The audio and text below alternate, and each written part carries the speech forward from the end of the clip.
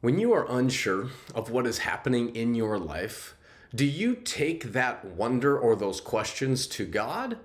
Or do you try to just figure them out for yourself? Thanks for joining me as we look at Matthew 13, 24 through 30, and 36 through 43. The title for our time together is Weeds and Wonder. To understand the significance of what's happening, we need to go back at the very beginning of the chapter that we've read over the last couple days in Matthew 13, where Jesus shares a parable. Then eventually he just tells his disciples what the parable meant.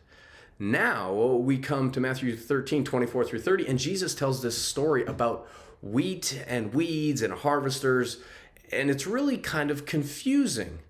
But then we come to one of the best verses about understanding the kingdom in verse 36.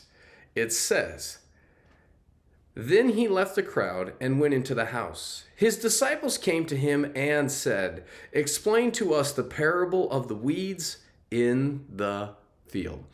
Here is the first instance where the disciples are now coming to Jesus saying, "I don't understand it. Can you give us the explanation of what you're trying to say?" And when they came to Jesus, he said, "Absolutely, let me explain it to you." But here's the point.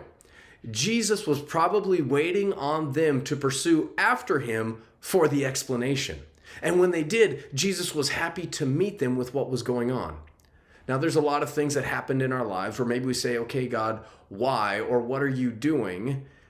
In those moments, it's good to bring those to him. He might not give us a full explanation, but every time we come to him with our wonder or our concerns or our questions, it automatically helps us grow deeper in our relationship with him. In this moment, Jesus didn't want his disciples just to understand what the parable was about. He wanted them to pursue after him and in the process grow closer to him. Many times God brings wonder into our life so that we can grow closer to him instead of simply get an explanation.